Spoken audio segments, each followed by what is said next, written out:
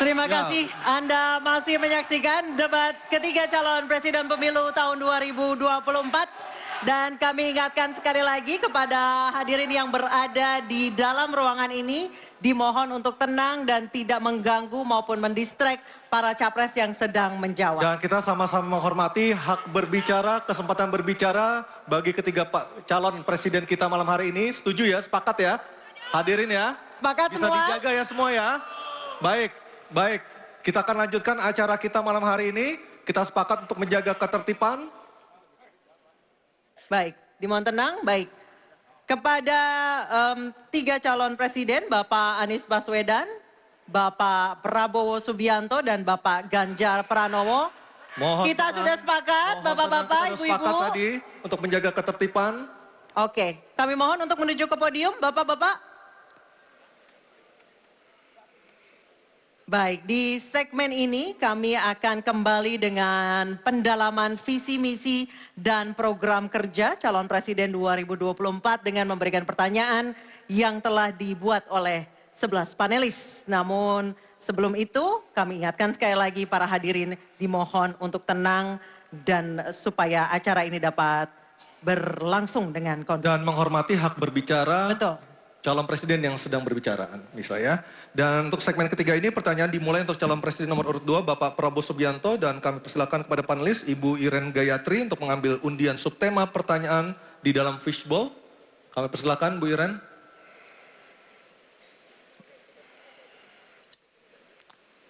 Tersisa 3 subtema lagi untuk segmen ini. Sudah ada keamanan, hubungan internasional, dan juga pertahanan.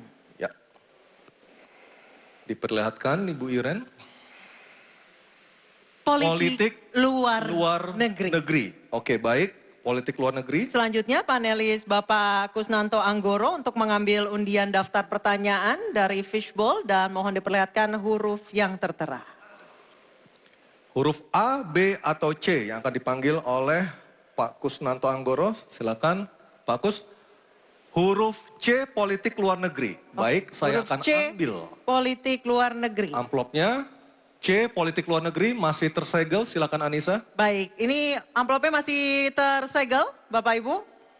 Dan kami ingatkan sekali lagi para calon presiden untuk mendengarkan dengan seksama karena pertanyaan tidak akan kami ulangi. Dan pertanyaan untuk calon presiden nomor urut 2 Bapak Prabowo Subianto. Utang luar negeri adalah instrumen pembayaran yang sah. Namun ada risiko intervensi kedaulatan oleh negara pemberi utang. Pertanyaannya, apa kebijakan paslon untuk menghindari intervensi kedaulatan Indonesia akibat utang yang terus bertambah? Waktu menjawab 2 menit Pak Prabowo, kami persilahkan. Baik, mengenai utang luar negeri, ternyata Indonesia sekarang hutang luar negeri kita sebagai rasio perbandingan terhadap produk domestik bruto kita salah satu terendah di dunia. Jadi masih kita sekitar berada di sekitar 40%, sedangkan banyak negara jauh di atas kita.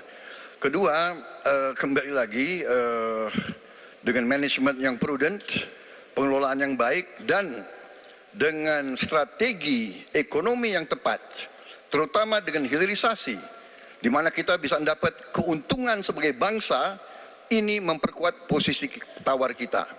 Jadi saya kok tidak terlalu khawatir negara lain mau intervensi kita soal hutang. Kita sangat-sangat dihormati, kita tidak pernah default. Saya keliling seluruh dunia, mereka sangat hormat dengan Indonesia. Kita tidak pernah gagal hutang, dan saya sangat optimis. Tapi kembali, kita harus punya kekuatan pertahanan yang kuat supaya tidak bisa diintervensi, tidak bisa digertak, tidak bisa diintimidasi. Hanya dengan kekuatan kita akan dihormati dan kita akan amankan kekayaan kita, amankan ekonomi kita, amankan pembangunan kita menuju Indonesia makmur, Indonesia kaya. Terima kasih. Masih ada sisa waktu Pak Prabowo? Ya, Mohon tenang. saya tegaskan kembali ya, bahwa pelajaran sejarah manusia yang lemah akan selalu ditindas. Kita lihat saja apa yang terjadi di Gaza. Kita tidak boleh lemah, kita tidak boleh Waktu habis. dilindas oleh bangsa lain. Pak Prabowo, kami persilahkan kepada calon presiden nomor urut 1, Bapak Anies Baswedan untuk menanggapi jawaban dari capres nomor urut 2 dalam waktu. Oke, silakan Anissa. Baik, selanjutnya capres nomor urut 2, jawaban capres nomor urut 2 akan ditanggapi oleh calon presiden nomor urut 3, Bapak Ganjar Pranowo. Kami persilakan Bapak, waktu Anda 1 menit. Kita membaca buku Convention of Economic Hitman dari John Perkin, bahwa hutang-hutang itu memang bisa mematikan. Maka hati-hati kalau mau hutang. Terutama pada infrastruktur yang punya risiko tinggi. Kita mesti hitung betul, kita mesti prudent betul. Karena ini pernah dilakukan dan membuat banyak negara kolaps karena hutang. Namun demikian, kalau mau pakai kekuatan dalam negeri, artinya wajib hukumnya kita mendorong ekonomi tumbuh 7%.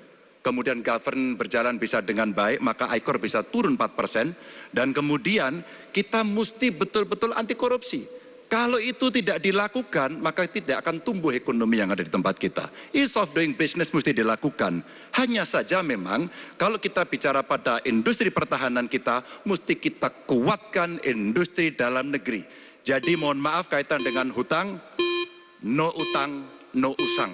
Sehingga alutsista kita betul-betul kita lakukan transfer of teknologi dari dalam negeri. Waktunya habis. Waktu sudah habis.